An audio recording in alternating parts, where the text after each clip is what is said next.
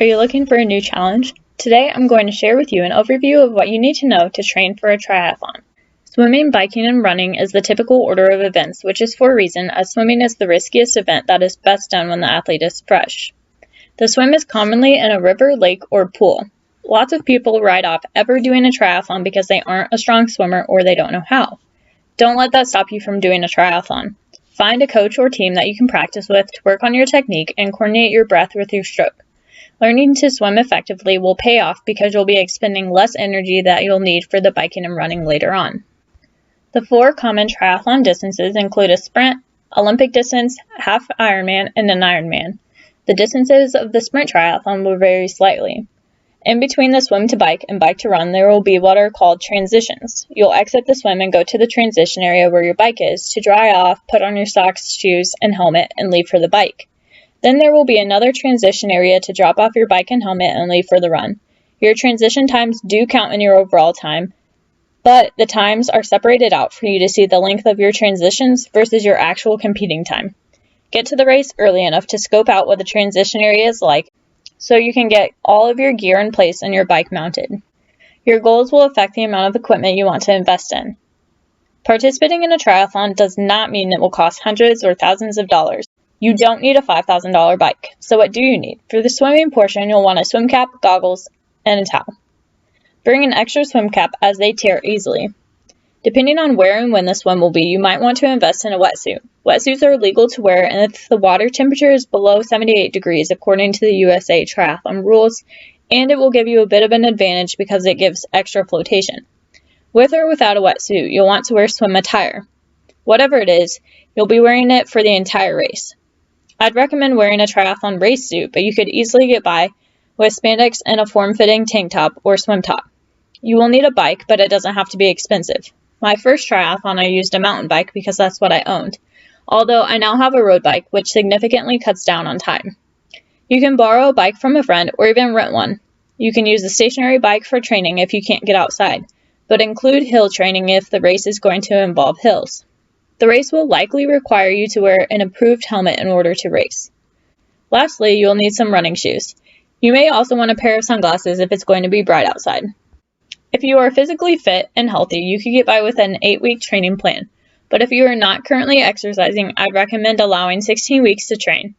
In an effort to stay injury-free, avoid overtraining and follow the 10% rule. That is, never increase your mileage by more than 10% in any given week.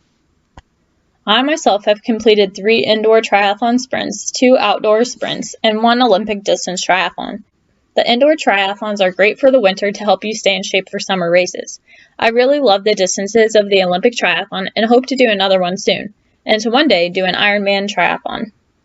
In building your training plan, aim for at least 2 sessions of each sport during the week.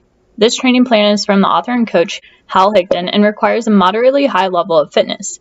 Your training plan should include a brick session as well, where you complete 2 of the activities back-to-back, such as a bike to run workout or a swim to bike workout. You can see the brick workouts in this plan boxed in red. The most challenging part of triathlons is switching from one sport to the next. As the name hints, your legs will likely feel like bricks when you go from the bike to run or swim to bike.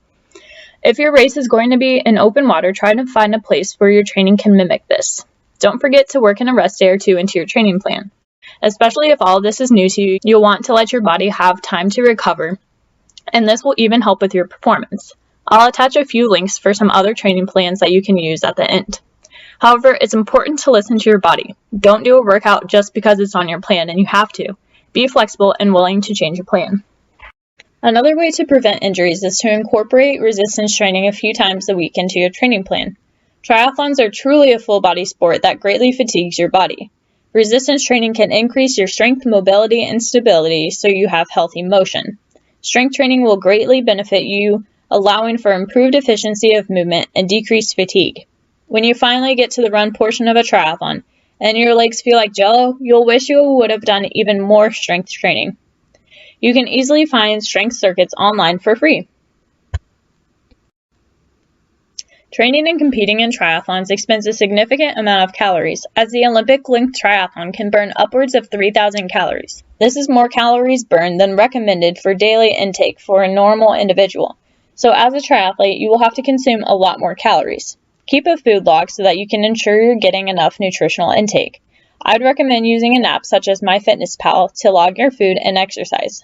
Training for a triathlon is not a time to cut out carbs from your diet.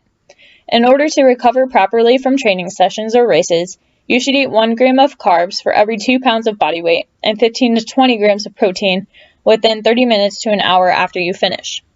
The morning of the race, eat breakfast 2 to 3 hours before the race to allow time for your body to digest it prior to the start. As long as the race has plenty of aid stations, you shouldn't need to carry water or an electrolyte drink with you unless it's a half or full Ironman. Utilize the aid stations even if you aren't thirsty because your body is losing water through sweat, and being dehydrated by just 2% of your body weight can lead to an increase in fatigue. 4 hours before the race, aim to drink 1 ounce of fluid for every 10 pounds of body weight so that you start well hydrated. Stick to what you've been drinking and eating the morning of the race, as this is not the time to experiment. Be adaptable on race day. If it ends up being hot and humid, you may have to adjust your pace to be a bit slower and drink more fluids. Know that everyone else is going to have to adapt too. Get there at least an hour before the race. If the transition spots are not pre-assigned, the sooner you get there, the better spot you're likely to get. There will likely be a time where the transition area closes, so make sure you get everything set up there before it does. You'll also want to allow for a 10 to 15 minute warm-up about 45 minutes before the start time. Lastly, trust that your training has prepared you. Remember that it takes more than physical preparation to compete at your best in a triathlon. Your mind is powerful. Do your best and have fun.